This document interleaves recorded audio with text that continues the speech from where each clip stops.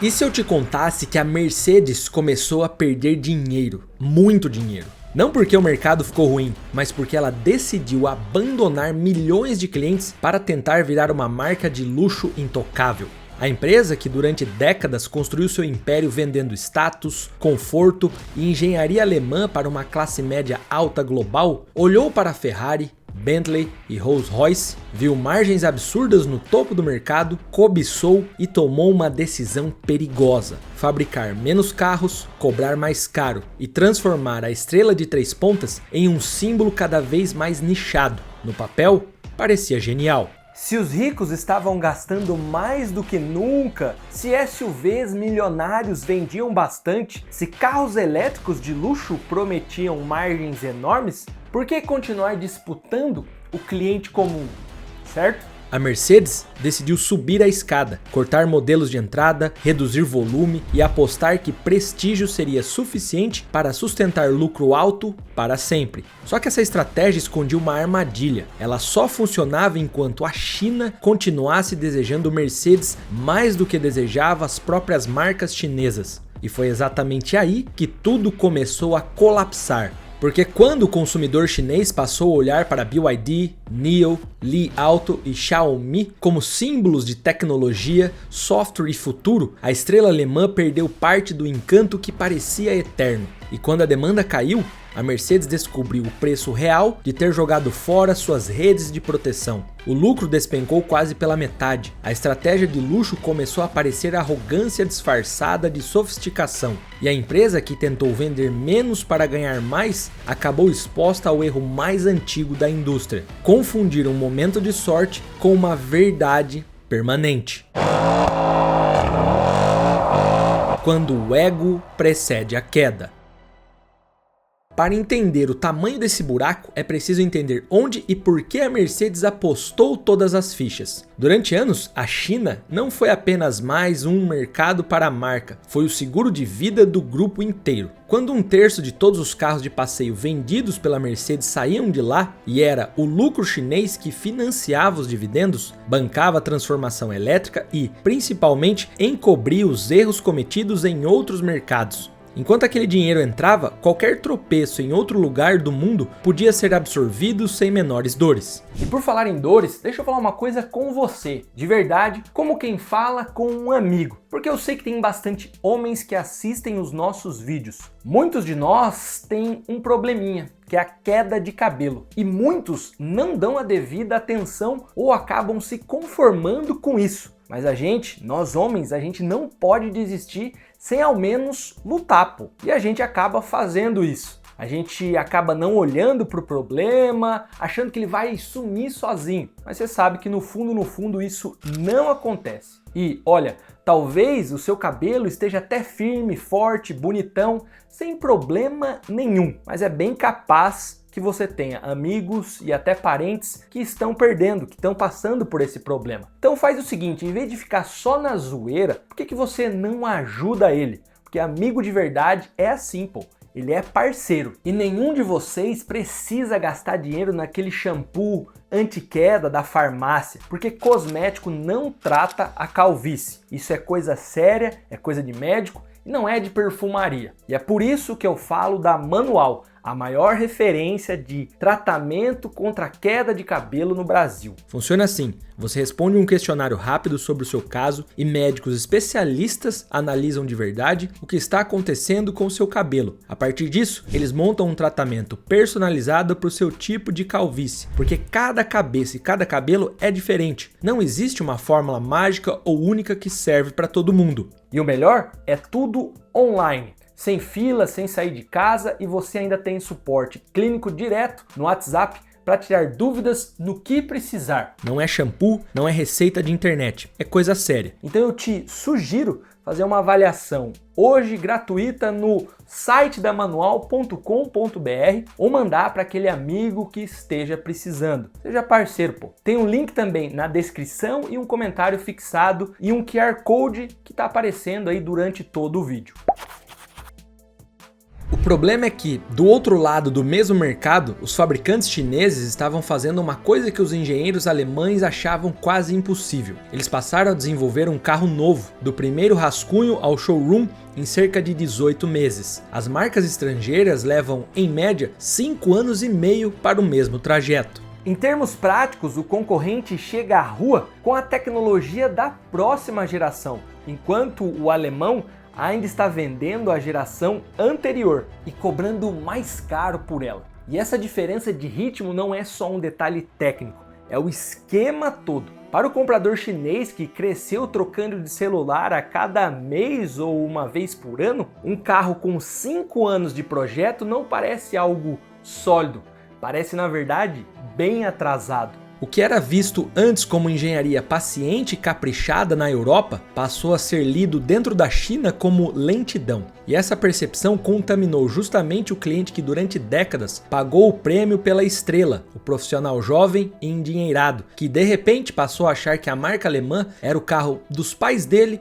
não o dele. Mas tem uma coisa que ninguém comenta quando olha para esse quadro. Os chineses não tropeçaram nessa velocidade por acaso. Eles montaram a jogada inteira em torno de uma aposta fria e calculada, lançar mais rápido do que o ciclo de engenharia alemã, transformando a própria lentidão da Alemanha em arma. E a conta começou a aparecer no agregado. Ao longo de 5 anos, os 5 maiores fabricantes estrangeiros na China viram as vendas combinadas de carros de passeio caírem de 9 milhões e 400 mil para 6 milhões e 400 mil por ano. 3 milhões de carros por ano que simplesmente evaporaram. A própria Volkswagen, que reinou por décadas como o número 1 na China, foi ultrapassado pela chinesa BYD. Para a Mercedes, especificamente, o número que resume tudo é mais seco. As vendas na China caíram 19% em um único ano. Não é um ajuste de rota, é o chão cedendo embaixo do pilar que sustentava o grupo todo. O terreno onde a Mercedes apostou tudo e é exatamente onde o chão cedeu. E aqui chegamos à decisão que parecia genial, mas na verdade é a própria armadilha. O nome dela é uma estratégia que a Mercedes chamou de valor acima de volume. A ideia era simples: subir na escala de preço, abandonar o cliente médio e concentrar tudo no topo da gama, onde a margem é maior. Por um breve e glorioso momento,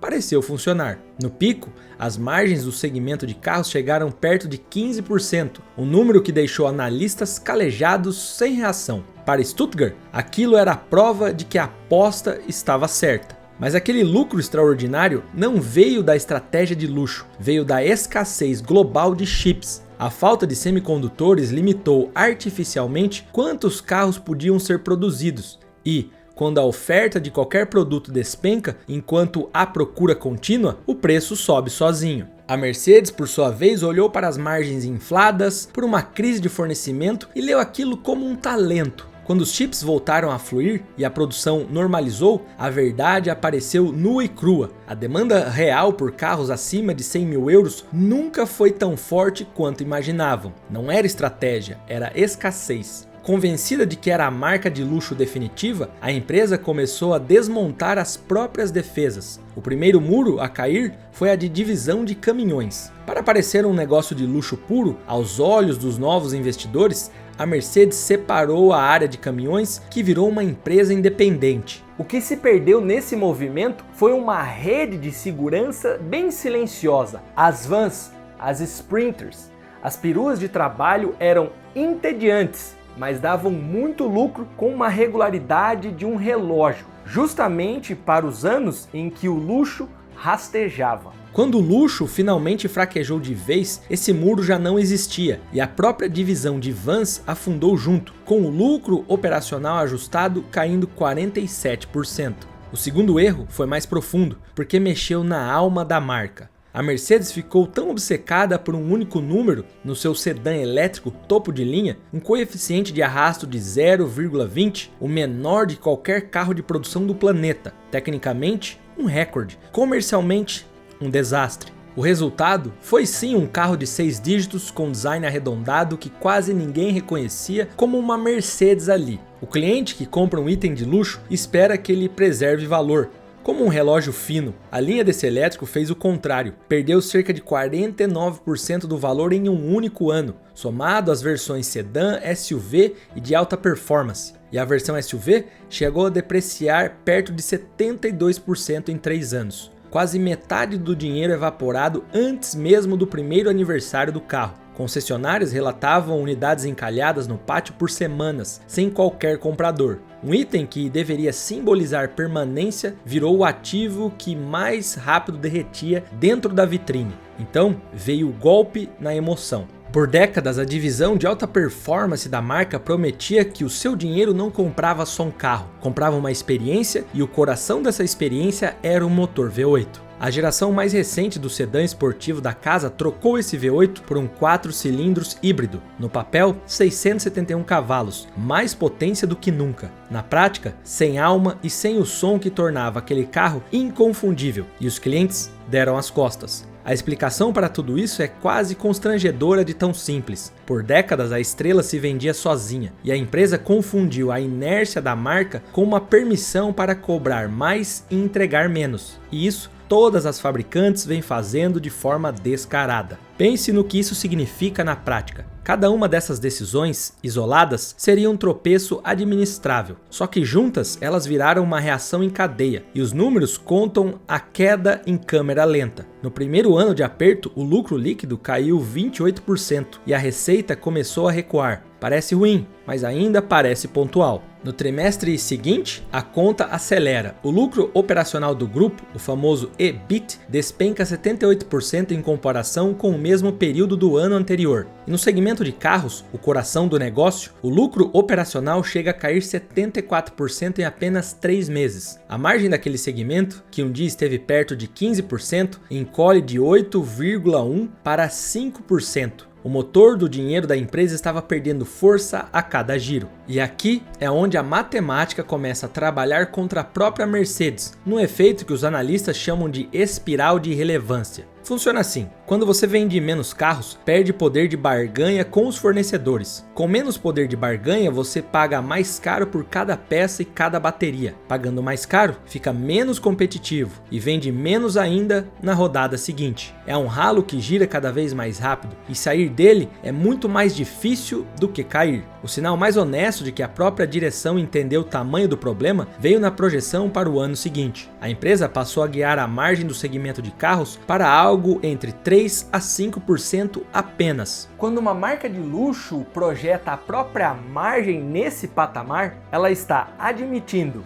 em voz baixa, que não espera melhorias no curto prazo. E em paralelo, anunciou também um corte de até 30 mil empregos e a meta de economizar 5 bilhões de euros. Isso não é um ajuste de quem está confiante, é o aperto do cinto de quem está com medo. Seria fácil colocar a culpa toda numa concorrência desleal, mas isso seria ignorar o quanto o adversário ficou bom. A BYD é hoje a maior fabricante de elétricos do mundo e faz algo que a Mercedes não faz. Produz 90% das próprias baterias, o que corta o custo praticamente pela metade. Ela desenvolve um modelo novo em cerca de 1 ano e 3 meses. A Xiaomi, uma empresa que nasceu fabricando celulares, entrou no segmento premium e vendeu 258 mil unidades no seu primeiro sedã elétrico, superando o Tesla Model 3 dentro da própria China. Eu te falo mais disso já já. E a narrativa pública desses fabricantes é forte, porque é em boa parte verdadeira. Os carros chegam com tecnologia comparável ou superior, integração com o celular mais convincente, mais recursos digitais. O sedã da Xiaomi